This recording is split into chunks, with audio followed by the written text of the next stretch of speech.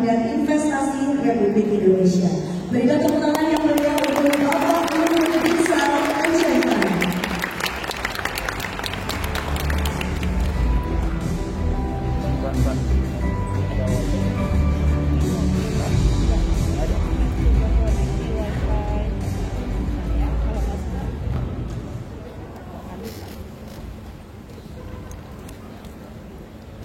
Assalamualaikum warahmatullahi wabarakatuh.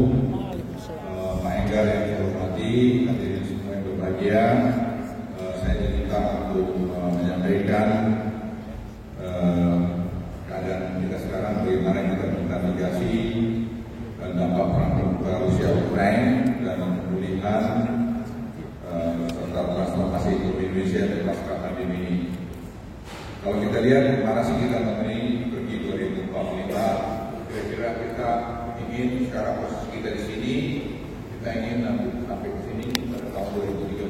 Jadi kira pada sekarang kita melihat pada $10.000 income per kapita pada tahun itu, dan kita berharap GDP kita yang sekarang di sini kira-kira $1,3 triliun, kita akan bisa kepada kira-kira $3,5 triliun.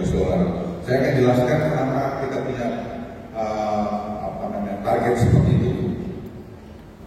Dan tentu kita lihat pertumbuhan ekonomi kita akan kita naik sebelumnya, pertumbuhan ekonomi kita kira-kira akan berkisar pada kira-kira 50%. Sebelumnya ya kira-kira seperti ini kita kira berharap, karena nanti ada alasan-alasan yang saya sampaikan. Kalau tentu dengan syarat kita bisa melakukan berbagai hal efisiensi dan sebagainya. Nah, seluruh dunia dihadapkan tantangan ekonomi. Kalau kita lihat sekarang dengan COVID, penanganan COVID di Indonesia relatif termasuk baik. Seperti teman-teman semua sekarang masih pakai masker, booster segala macam. Saya malah sudah booster 5 kali. Terakhir itu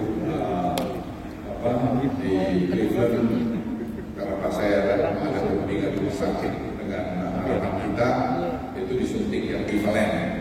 Bivalen sekarang kita akan produksi juga di Indonesia pada waktu 2-3 bulan ke depan. Kalau kita lihat ini sekarang, kita lihat sekarang mulai naik lagi di negara-negara yang musim dingin. Tapi kita bersyukur Indonesia masih lumayan bagus. Nah, mengenai perang Ukraina ini, memang dari hasil sumber yang saya dapat, dan itu tidak ada tanda-tanda yang sangat rendah. Jadi bisa apa-apa. Saya juga bicara dengan berbagai pihak kemarin di Amerika maupun di Eropa. Mereka semua juga punya prediksi sama. Kalau hari ini kita lihat bagaimana Rusia bombardir Kiev lagi, menembak kota-kota lagi di Ukraina, itu akan menambah keadaan tidak bagus. Dan kalau kita lihat ini yang kemarin jembatan merah, maaf yang merah ini sekarang di bombardir jembatannya Rusia membalas. Jadi sampai kapan ini akan terjadi? Kita tidak tahu. Jadi artinya kalau tidak tahu, maka minyak dari Rusia, pangan dari Rusia dan Ukraina tidak akan bisa mereka ekspor ke tempat lain. Nah, kemungkinan ancaman nuklir semakin nyata meningkatkan ketidakpastian di ekonomi global. Saya kira kalau kita lihat simak 3 pernyataan dari Putin, ada juga dari Joe Biden dan dari Kanselir Jerman Olaf, ini menjadi tambah memprihatinkan. Jadi teman-teman sekalian, kita mesti aware juga lihat, jangan kita hanya lihat dalam negeri kita saja yang kelihatan relatif oke. Di luar itu akan terjadi, bisa terjadi macam-macam. Ini saya lihat kemarin ada konser baru kita mengenai kapal selam Belgorod dari Rusia. Itu sekarang tiba-tiba muncul di Arktik. Itu punya kemampuan dengan limited nuclear tactical nuclear weapon yang bisa menimbulkan gelombang nuklir kalau dia memakai senjata itu. Kalau itu terjadi akan banyak menyerang negara-negara yang tidak ada di Eropa sana. Nah, ekonomi policy yang seperti indeks juga tidak bagus, begitu juga komplain geopolitik risk juga makin tidak bagus. Jadi saya kira masalah-masalah yang perlu kita hadapi untuk kita membuat rencana-rencana di negeri kita ini sekarang ke depan. Kalau kita lihat ketidakpastian tercermin dari volatilitas dari harga komoditi yang kita lihat di sini. Ini minyak mentah jadi naik lagi sekarang berdekat $100. Tapi harga-harga komoditi gas alam semua itu mulai turun lagi. Yang menjadi andalan mencermati dengan baik. Jadi kita kan bertumbuh pada tadi komoditi, palm oil, coal dan segala macam ini yang naik harganya tinggi, itu menambah revenue buat negara. Tapi pada sisi lain, harga minyak naik sekarang sudah dekat $100, dan kalau tadi nuklir tadi bisa saja terjadi, dia akan naik 150 sampai $200, itu punya dampak yang sangat luas kepada masyarakat, baik inflasi, suku bunga dan sebagainya. Dan ini menurut hemat saya yang perlu kita waspadai bersama. Tingginya kenaikan harga komoditas terutama energi dan pangan memicu kenaikan inflasi berbagai negara dunia. Ini saya kira tidak bisa dipungkiri, ini data semua. Jadi kadang-kadang saya sendiri ada juga orang kita itu tidak mau pada negaranya. Saya kira manajemen yang dibuat oleh pemerintah di Kementerian Keuangan maupun di BI, ya, itu sudah sangat bagus sehingga kita bisa membuat kita sampai masih di sini 5,95%. Yang tadi diprediksi 6,sekian%. Kalau kita punya harga BBM naik, tapi harga BBM naik dengan manajemen yang begitu bagus, food price bisa kita tekan inflasinya karena kita ongkos angkut dari tempat yang diproduksi tetap asal itu kita bantu, itu membuat inflasi hanya 5,99%.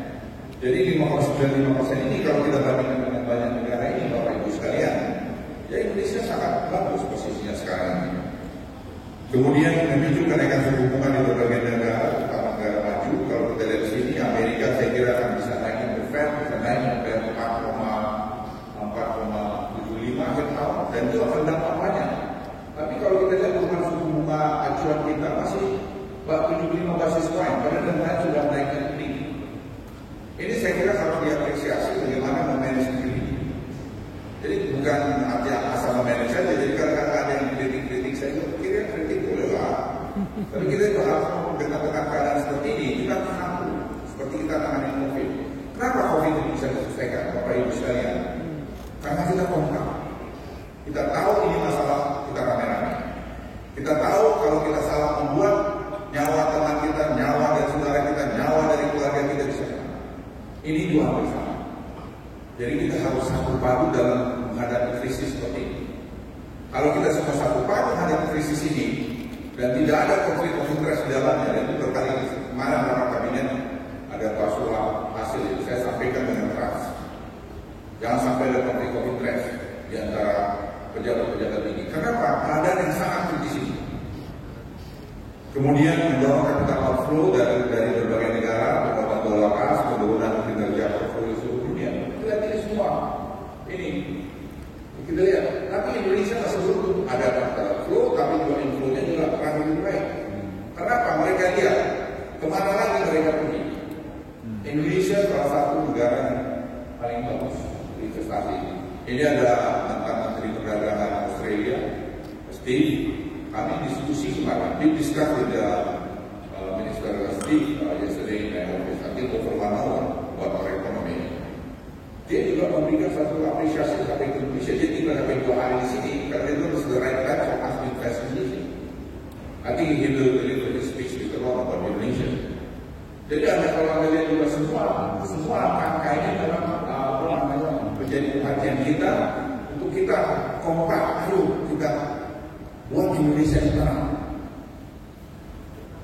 Kemudian sebagai besar negara mengalami kebutuhan cadangan devisa untuk menjaga kinerja mata uangnya. Kita lihat semua, tapi kita masih relatif Indonesia. Ya, Anda lihat semua ini data. Jadi basis kita itu bicara data. Ya, kalau pakai perasaan kalau jatuh cinta ya.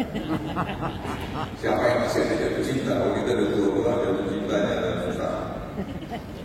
Nah, selain sektor keuangan, aktivitas kinerja sektor real, manufaktur global mengalami penurunan. PMI turun, tapi kita masih di atas ini, Bapak Ibu, masih 53,7. Itu kalau kita lihat kita masih lumayan bagus dibandingkan kalau kita lihat sini negara kita yang kuning ini, Indonesia masih lumayan bagus. Kita paham komplain kita, tidak sempurna ya, ada yang kurang ya.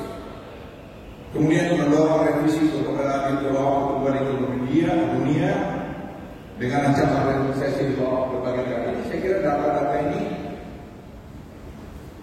Ini menurut saya sangat jelas sekali kepada kita bahwa memang ada masalah yang harus kita tangani bersama-sama.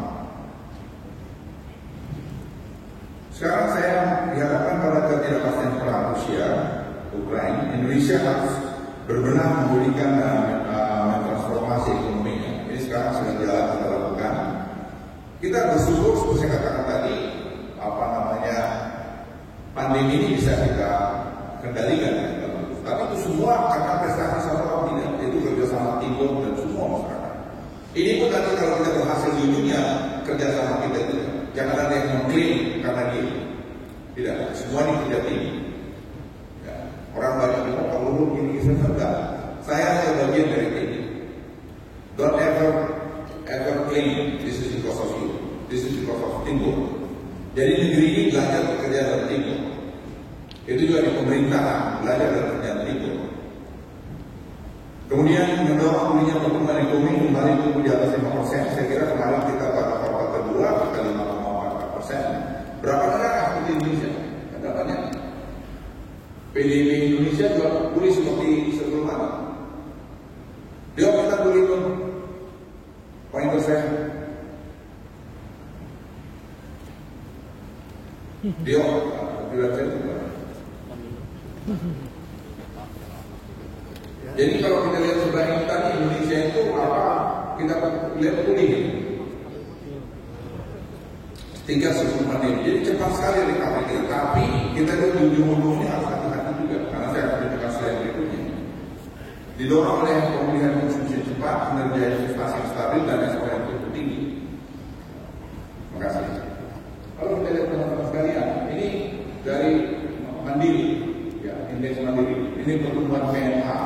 Ini kalau kita lihat juga dari neraca pembangunan perdagangan Indonesia, semua angkanya bagus. Saya kira bapak-bapak ibu sekalian yang hadir di sini sangat paham dengan angka. Kemudian stabilitas makroekonomi juga dapat dijaga dengan baik kalau kita lihat data-data ini. Ini kalau kita lihat tingkat inflasi kita masuk rendah. Kemudian nilai tukar rupiah kita juga cukup resilient. Kita lihat ini, tadi orang berpikir banyak yang berbelanja dengan modal outflow. Saya ingat tahun 2015, kalau ada outflow $1 billion, itu langsung 2% sekian impact-nya ke currency. Sekarang hanya 0,% sekian persen. Kenapa? Karena account deficit kita sekarang sudah level itu. Kenapa? Nanti tidak menekan karena ekspor kita juga tinggi.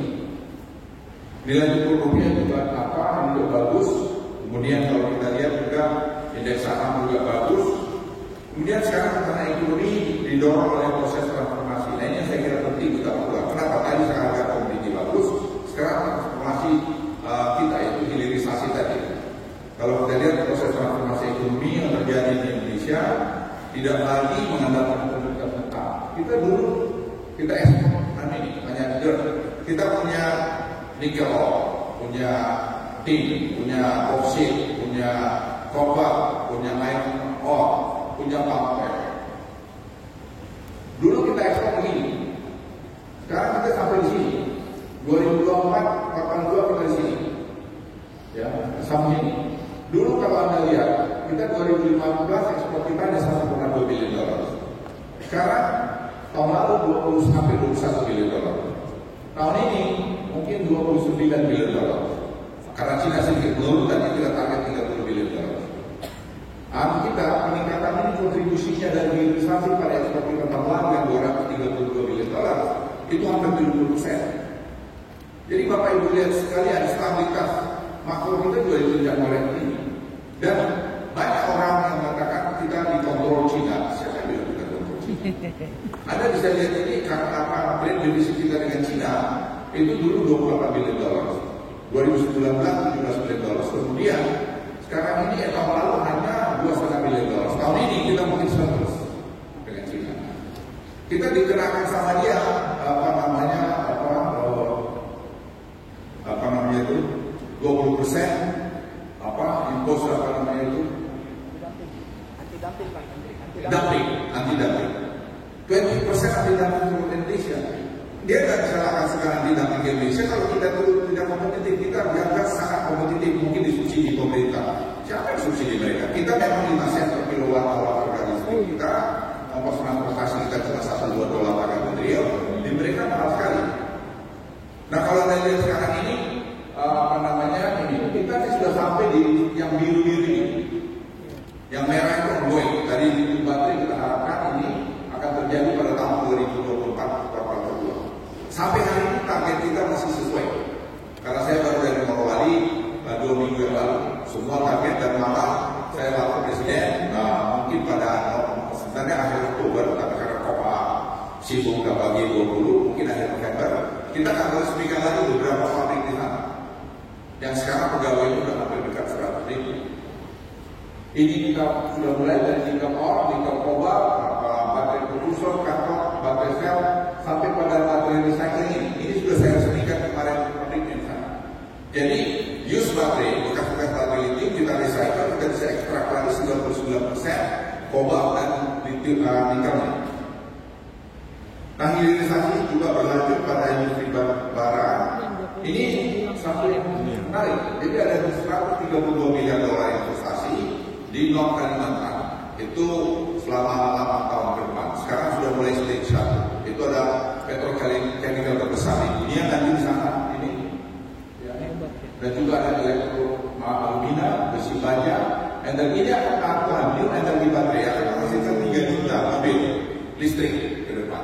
Dan itu semua selesai 2028. Jadi Bapak Ibu sekalian, kita game changer sekarang.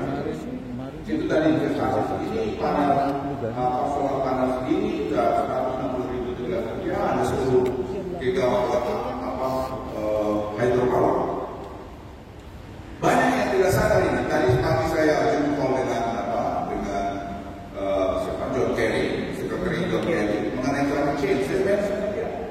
Saya bilang apapun yang kami lakukan ada 3 hal yang tidak boleh. Satu, jangan semua persoalan kalian itu mengenai climate change menghambat pertumbuhan ekonomi kami. Yang kedua, harus harganya bisa kompetitif. Yang ketiga, timingnya harus juga pas. Jadi kita mau apa saja negosiasi, tapi harus ada tadi kriteria yang kita pakai. Bapak Ibu sekalian, kita tuh sekarang pada negara yang bukan begini. Kita bisa satu begini. Dan I told him loud and clear, we have to negotiate within this corridor. You're not going to negotiate out of this corridor. No country can dictate Indonesia today. I'm telling you. And I told loud and clear. Sorry, Steve. I told loud and clear to any foreign people. Hey, today Indonesia is a great country. Nobody can dictate this country. No single country. I'm proud to be Indonesia. Because I look at all the numbers. I look at also the leadership of the president. He delivered what he promised to the country. Kemudian kalau kita lihat lagi mendorong peningkatan ekspor dan pengembangan industri, tadi saya sudah singgung. Kita ini baru terkunci sampai di yang merah ini. Yang merah ini. Tapi putaran hatinya ini, Bapak Ibu, teman-teman sekalian, ini belum. Ini bisa ada billion dollars, $150 billion. Jadi pada tahun 2028, secara bertahap ekspor kita, itu saya kira akan dekat dengan $450 billion. Dan itu akan membuat Indonesia, ya memang kalau prediksi orang 3,5 triliun dolar GDP ya kita itu bisa. Kalau nanti kita mainkan di Gabon, kita mainkan tin, boksit, nanti juga tempat itu. Dan ini akan prediksi 2024 ini akan game changer. Kita akan naik ini, akan bisa eksponensial. Kita akan naik sampai pada semiconductor dengan green energy. Mana negara yang bisa diberikan? Nobody can do that. Kemudian hilirisasi saya kira sudah terjadi di Indonesia timur dengan kita sekarang timur dengan barat itu sudah mulai balance. Hilirisasi mengubah dan memperkuat struktur ekonomi Indonesia. Kalau kita lihat contoh ini, sekarang industri ini di Morowali sudah begini, di Pangandaran sudah begini, ada di antara ini. Kemudian peningkatan efisiensi melalui digitalisasi ini juga banyak tidak sama bapak-bapak yang tidak aware. Kita dengan digitalisasi salah satu e-katalog itu government procurement itu 1.200 triliun APBN yang kita belanjakan dulu 90% kita impor. Mulai tahun ini kita batasi, tahun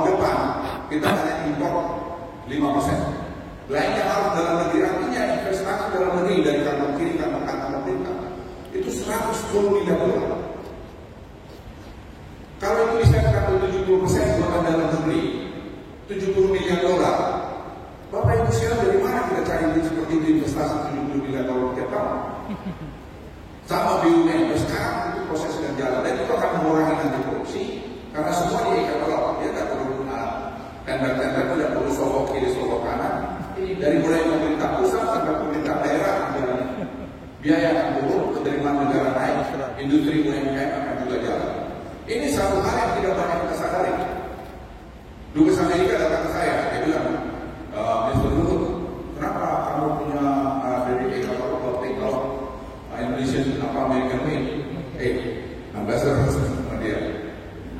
White House say, American first. So we like to say also Indonesian first. There's something wrong with that.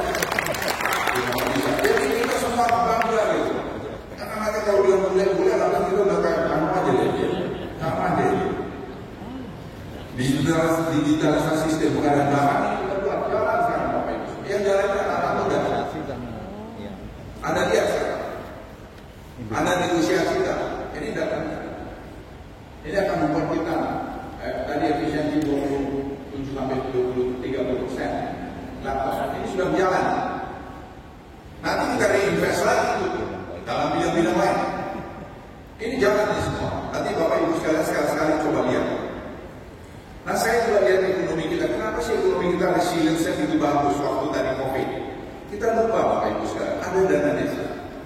Dana desa ini punya dampak luar biasa. Karena 74.000 desa sekian.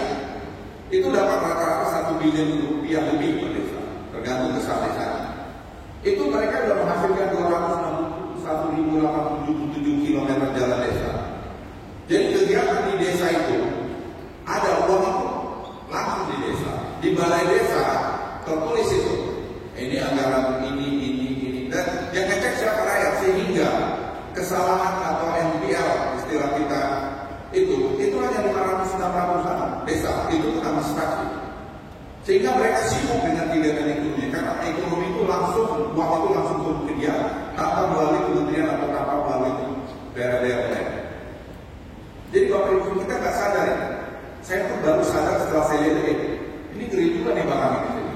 Jembatan desa seperti itu. Tapi Indonesia ini masih kurang, sangat masih kurang. Kenapa begitu luasnya Indonesia? Makanya Presiden akhirnya komit dia mau tambahin lagi di dana desa untuk 2023 nanti. Kemudian roadmap daripada carbon emission ini saya kira kita kaya dengan ini dan kita sampaikan ini. Kita negara yang komit, kita akan jalankan ini. Saya sampaikan ini, kita seperti ini. Apa yang Indonesia nggak punya?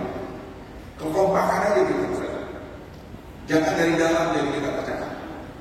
Ya, jadi orang-orang yang nggak ngerti jangan terlalu banyak ngomongnya juga. Kalau dia belum pernah di pemerintah, jangan terlalu banyak komentar. Nanti saya dengar mana anak muda ini. Begitu mereka masuk dalam pemerintah, dipuji saya kan dari private sector. Begitu masuk dia baru batu-batu. Saya bilang kan udah batu-batu udah apa? Karena begitu sulitnya birokrasi. Ya bukan dari birokrasi dia, dari private sector. Kalau menteri kan dia pikir kalau menteri itu beres. Apaan yang menteri itu beres? Kita pun koordinasi itu Bapak Ibu sekalian itu kayak di rimba ya. Saya ini makanya banyak juga yang nggak suka sama saya nggak peduli sih. Penting jangan itu. Saya bilang sama ibu saya sudah kau boleh lakukan apa saja. Satu hal yang kau tidak boleh lakukan, conflict of interest. You have to work it hard. That's it. The rest you can do. I take responsibility for that. Tapi kalau kau tadi conflict of interest dan kau tadi tidak kerja dengan hati, itu dosa kau, matilah di situ. Ya, saya pakai bahasa tentara sedikit sih. Nah, Bapak Ibu sekalian, ini slide yang disiapkan oleh deputi saya. Saya juga tanya dengan Amerika gagal perkasa. Dia dulu kita soal climate change atau negara-negara maju. G20 itu sebenarnya yang merusak dunia kita di paling banyak. Dan Indonesia kontribusinya kepada carbon emission itu 2,3 ton per kapita. Kalau Amerika itu sudah 14,7 ton per kapita. Negara-negara lain yang gini-gini yang lihat ini. Kalau mereka ngomong sama saya bilang, Pak John, kalian jangan merendahkan. Kami masih itu di bawah standar karena baseline-nya itu 4,5 ton per kapita. Kalian itu 14 kali, 7 kali dari kami. Jadi biarlah begini, Pak John, kami itu naik dulu dikit, kalian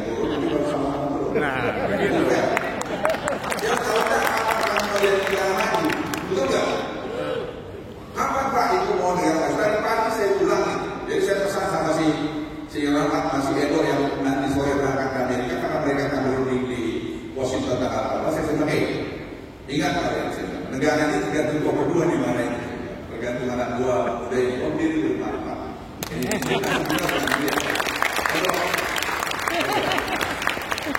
saya jawab tiga. Satu tadi mengenai apa namanya harga, tidak boleh tadi ekonomi kita terganggu, dan tadi itu lain dari itu kita fleksibel. Saya bilang sama John Kerry dari Pak John, we are open to any decision. Keep in your mind, I mean price and also affordability. Itu aja. The rest we are okay. You say you have a new technology, fine. We love it very much, but cost have to be there. Kemudian kawasan industri Kalimantan Utara ini juga saya kira menjadi game changer buat kami. Saya sudah singgung tadi, kami karena Amerika mengikuti kita.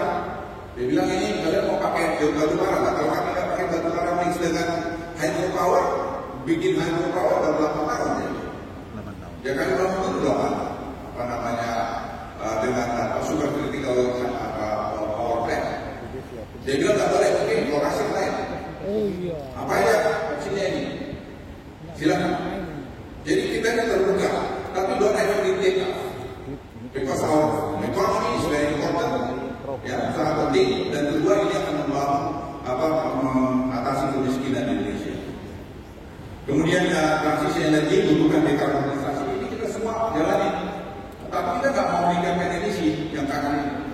Jadi kita kerjain transisi energi dua, dekarbonisasi, energi mix dan peralihan bahan bakar fosil listrik. Makanya mobil listrik mulai tahun ini, tahun depan semua government procurement untuk tadi kendaraan listrik itu harus masuk di kendaraan listrik. No more combustion car.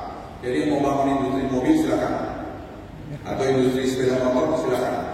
This is the golden opportunity untuk kita, karena kita akan kali untuk tadi peningkatan energi, pertumbuhan ekonomi, tapi kita tidak mau ada emisi lagi, peningkatan emisi. Dan saya sebagai penutup, Bapak Ibu sekalian, today is a perfect storm. Ya, kita sedang akan menghadapi perfect storm ini. Jadi tolong kita semua hati-hati. Ketidakpastian ekonomi dunia menurut saya sangat tinggi. Kedua, diharapkan situasi ketidakpastian ini Indonesia menyiapkan skenario terburuk, dan kami kemarin sepakat untuk melakukan stress test di berbagai bidang. Kalau terjadi sampai pada tactical nuclear weapon, kita harus lihat apa yang harus dilakukan. Jadi saya mungkin background tentara, saya selalu membuat kontingensi. Jadi saya lapor Presiden, para Presiden Kabinet, Pak, kita harus buat kontingensi menghadapi semua, dan kami siapkan itu. Pemilihan 2019 juga saya kira kita ini selama ini bekerja dengan kampanye, apapun yang kami putuskan mengenai COVID dan sebagainya, basisnya data, jadi bukan basis perasaan. Yang keempat, dalam 8 tahun terakhir ini kita sudah bisa mentransformasi ekonomi kita, dan kita berharap kita akan masuk dengan tim, dengan koper, dengan juga boksit dan seterusnya. Kelima, Indonesia juga akan berkomitmen untuk mengurangi emisi CO2 dan mitigasi dalam rangka perubahan iklim. Kita akan masuk dalam bidang ini. Di tengah ekonomi situasi dunia ini, ketidakpastian, kita akan memperkuat tadi proses pemulihan pasca pandemi. Walaupun saya kira akhir bulan nanti akan ada pengumuman dari Presiden. Kemudian melanjutkan proses hilirisasi sesuai singgung tadi. Kemudian melakukan efisiensi belanja melalui digitalisasi, langkah-langkah inovatif untuk mengurangi keberlanjutan pada subsidi energi. Bapak Ibu sekalian, saya berharap dengan penjelasan ini nanti Pak sebuah hasil juga dari segi fiskal akan memberikan penjelasan lebih jauh dari mungkin dari Bank Indonesia atau NMP ini akan memberikan penjelasan, dan ayo saya ajak kita semua satukan barisan, kompak kita membangun negara kita. UMKM menjadi basis kita, dan saya kira dengan proyek hilirisasi ini UMKM sangat banyak kita lakukan, karena usaha-usaha kecil ini juga tadi dengan dengan e-katalog itu saya kira sangat buat lapangan kerja, karena setiap 400 triliun buatan dalam negeri itu akan punya impact 1,75% terhadap pertumbuhan ekonomi kita, dan akan menciptakan hampir 2 juta lapangan kerja. Jadi suatu program yang menurut saya tanpa kita sengaja kita tentukan, karena itu ayo kita tentu bersama-sama. Sekali lagi terima kasih dan selamat pada Pak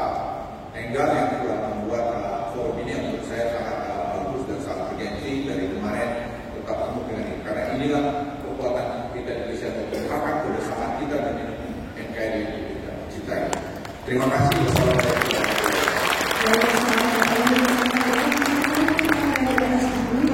Berikutnya kami mengundang kehadiran Bapak Enggar Tiasno kita untuk menyerahkan cindramata kepada Bapak Menteri Luhut Binsar Panjaitan.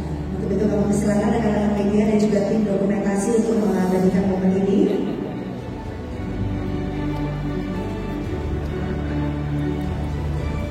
Simple.